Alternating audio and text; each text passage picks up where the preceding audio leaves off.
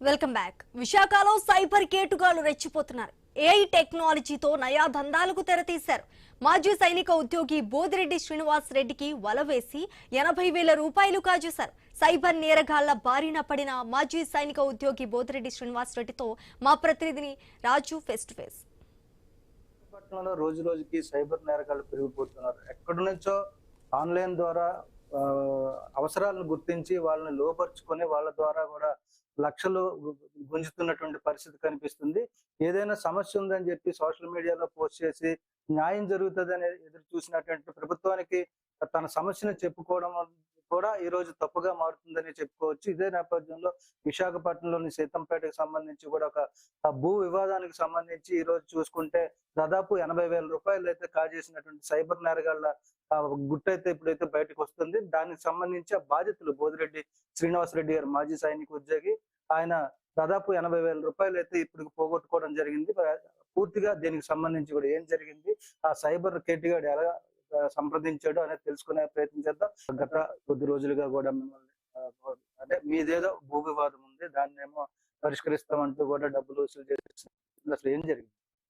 నేను యాక్చువల్లీ మొన్న 4వ తారీఖుని మన విష్ణు కుమార్ రాజు గారికి పార్క్ రాజేంద్ర పార్క్ డెవలప్ చేయాలనేసి దానికి సంబంధించిన డాక్యుమెంట్స్ అన్ని ఇవ్వడం జరిగింది సార్. ఇస్తూ అదే టైంలోనే కమిషనర్ గారు కూడా ఇవ్వడం జరిగింది. అదే ఇచ్చి 4 రోజులు అవుతుందని చెప్పి మొన్న మళ్ళీ 4వ తారీఖుని సేమ్ డేట్ లోని ఈ నెల 4లోని ఒక ఫేస్బుక్ లో పోస్ట్ పెట్టాను సార్. ఇలాగా విష్ణు కుమార్ రాజు గారికి అండ్ కమిషనర్ గారికి ఈ పార్క్ కి సంబంధించిన డాక్యుమెంట్స్ అన్ని జతపరుస్తూ కలర్ జెరాక్స్ అన్ని ఇస్తూ దీన్ని అభివృద్ధి పార్క్ సంబంధించిన జీవీఎంసీ దగ్గర ఎటువంటి రికార్డు లేదండి. అది మా తాతయ్య గారు 1971లో లేఅవుట్ వేసి లేఅవుట్ పరంగా 2,000 గజాలు వదిలేరు. కాకపోతే దాని మీద ఎవరెవరు కనుపడి అలాగా ఇప్పుడు వరకు 50 సంవత్సరాలు అయినా సరే ఇప్పుడు వరకు డెవలప్ అవ్వట్లేదు. దాన్ని ఒక డంపింగ్ యార్డ్ కింద వాడుతున్నారు. మొత్తం మీ సైట్ అక్కడ ఎంత ఉంటుంది, దాని వాల్యూ కానీ మొత్తం ఎక్స్టెండ్ ఎంత ఉంటుంది? ఎన్ని సంవత్సరాలకి వివాదం ఇది? నేను 16 సంవత్సరాల నుంచి నేను ఫైట్ చేస్తున్నాను సార్. దానికి ముందు మా తాతయ్య గారు ఫైట్ చేశారు. ఇప్పుడు దాన్ని నా సమస్య అయితే హైకోర్టు దీనిలోనే నాకు సబ్ డివిజన్ చేసి నా ల్యాండ్ నాకు ఇన్కార్పొరేషన్ కూడా చేసేసారు. అయినా సరే జీవీఎంసీ వాళ్ళు రెవెన్యూ రికార్డు పట్టించుకోవట్లేదు, నన్ను ఇబ్బంది పెడుతున్నారు. అయితే ఈ విషయం కోసం అనేసి మొత్తం చెప్పానంటే నాకు ఎమ్మెల్యే గారి ఫోన్ నెంబర్ SMS చేశారండి విష్ణు కుమార్ రాజు గారికి. చేసి ఆయనకి ఫోన్ చేయమని చెప్పారు. ఆయనకి ఫోన్ చేస్తే విష్ణు కుమార్ రాజు గారు లిఫ్ట్ చేసి విష్ణు కుమార్ రాజు అంటే ఉత్తర నియోజకవర్గం ఎమ్మెల్యే గారు. అయితే ఆయన పెట్టిన తర్వాత పల్లా సీన్ గారి నెంబర్ పంపించారు. అయితే ఏమన్నారంటే, అన్న పార్క్ అయితే డెవలప్ అవుతుంది, అది మా గవర్నమెంట్ చేతిలో పని, నీ సమస్య ఏదో ఉన్నావు కదా, నువ్వు కమిషనర్ దగ్గరికి వెళ్ళు అని చెప్పి నేను మళ్ళీ నీకు అప్డేట్ చేస్తాను, ఎన్ని గంటలు కమిషనర్ రమ్మంటాడో అని చెప్పడం జరిగింది సార్. ఆ తర్వాత మళ్ళీ ½ అన్ అవర్ లో వీడియో కాల్ చేశారు. వీడియో కాల్ చేసి దేవినేని ఉమా గారు మాట్లాడినట్టు ఆ లైవ్ ఛాంబర్ నుంచి పక్కన మనుషులు పియ్యాలు అందరూ కనిపించారు. అయితే ఇంకా డిపి వచ్చిందో మాట్లాడుతున్నారండి. వీడియో కాల్ ఆయనే మాట్లాడారు. జస్ట్ ఒక 12 సెకండ్స్ 30 సెకండ్స్ మాట్లాడి నీ పని అయిపోద్దమ్మా 24 hours లోని అని చెప్పి, నువ్వు ఒక పని చెయ్యు, కమిషనర్ కి ఎంతో కొంత ఫార్మాలిటీ ఇస్తానన్నట్టు నువ్వు వెళ్ళు, ఆయన నేను చెప్తానని చెప్పి ఒక స్కానర్ పంపించారు.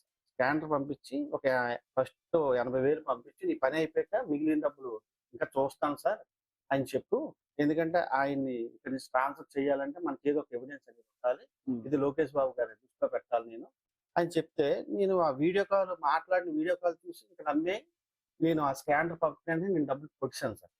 కొట్టేశాక సాయంత్రం 7:30 ఇప్పుడు ఆ స్కానర్ కొడితే అందులో పేరు వస్తుంది, రాథోడ్ సంతోష్ అని వచ్చింది. రాథోడ్ సంతోష్ అని స్కానర్ వచ్చింది.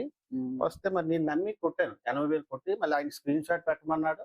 పెట్టి నువ్వు 7:30కి బంగ్లాకి వెళ్ళండి అమ్మా, నీతో పాటు మీ ఇంట్లో ఎవరైనా ఉంటే, మీ వైఫ్ కానీ ఎవరైనా ఉంటే పట్టుకొని వెళ్ళి కమిషనర్ మాట్లాడి రికార్డ్ చెయ్యు పక్కాగానే, నీ పని అయిన వెంటనే నువ్వు మంగళవారం పార్టీ ఆఫీస్కి వచ్చి మళ్ళీ నువ్వు మీ ఫ్యామిలీతో ఫోటో దిగి అంటే ఇక్కడ అనేసి ఈ విధంగా డైరెక్ట్ సీఎం మాట్లాడినట్టు.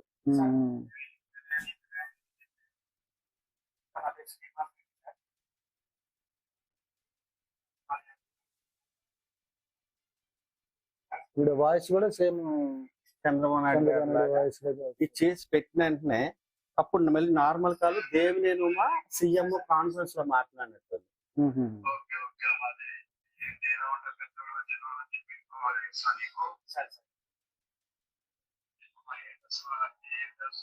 ఓకే. అని నా ప్రాబ్లం చెప్పారు సార్.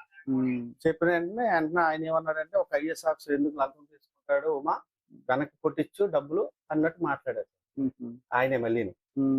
ఎవరు సీఎం గారు మాట్లాడి స్కిల్ లో కూడా ఆయన టచ్ లో ఉన్నాడు. టచ్ లో ఉన్నాడు. దేవినేమో అంత టచ్ లో ఉన్నాడు. టచ్ లో టచ్ లో ఉన్నాడు, ఆన్లైన్ లో ఉన్నాడు. అయితే నాకు వెంటనే ఎందుకో అనేది అనుమానం వచ్చింది. అనుమానం వచ్చి నేను వెంటనే సైబర్ క్రైమ్ కి వెళ్ళాను. అంటే లైవ్ లో ఉన్నారు కదా అనేసి సైబర్ క్రైమ్ కి వెళ్ళి ఇలా జరిగింది సార్ అంటే, అనుకోకుండా ఆ సిఏ గారు ముందు కూడా ఫోన్ చేశాడు. ఫోన్ చేసి, అమ్మ నువ్వు కొంచెం పోయికి వెళ్ళు, గ్రీవెన్స్ అయిపోయాకంట అంటే, ఏమ్మా డల్ గా ఉన్నావు అని అన్నాడు. అంటే ఏం లేదు సార్, కొద్దిగా అమౌంట్ వేరే దగ్గర రిజిస్టర్ చేసి తెచ్చాను, కొద్దిగా ఇబ్బందిగా ఉందంటే, మళ్ళీ నువ్వేం ఇబ్బంది పడకమ్మా, నీ పని అయిపోతుంది కదా అని చెప్పేసి సడన్ గా డిస్ప్లే మొత్తం అంతా ఎంటీ అయిపోయింది సార్.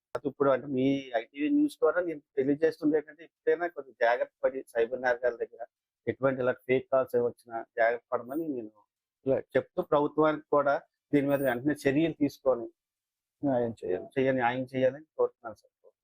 Thank you.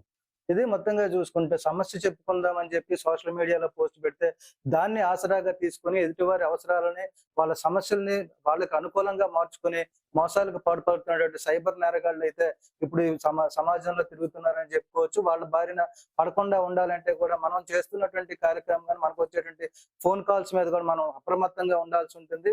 ముఖ్యంగా స్థానిక అధికారులు, స్థానిక నాయకులతోనే డైరెక్ట్ గా మాట్లాడి సమస్యలు పరిష్కరించుకోవాల్సిన అవసరం కూడా దీన్ని బట్టి అర్థమవుతుంది. ఏదో ఫోన్ కాల్ ద్వారా లేదంటే వాట్సాప్ గవర్నెన్స్ అని చెప్పి రాష్ట్ర ప్రభుత్వం కూడా ప్రతిష్టాత్మకంగా వాట్సాప్ గవర్నెన్స్ అని చెప్పి తీసుకొస్తుంది. అది కూడా సైబర్ నేరగాళ్ళకి కొంత అక్రమాలకు అవకాశం ఇచ్చినట్టుగా ఈ సంఘటన అయితే మనం ఉదాహరణగా చెప్పుకోవచ్చు. వీడియో జర్నలిస్ట్ శివశంకర్తో రాజు, ఐ న్యూస్, విశాఖపట్నం.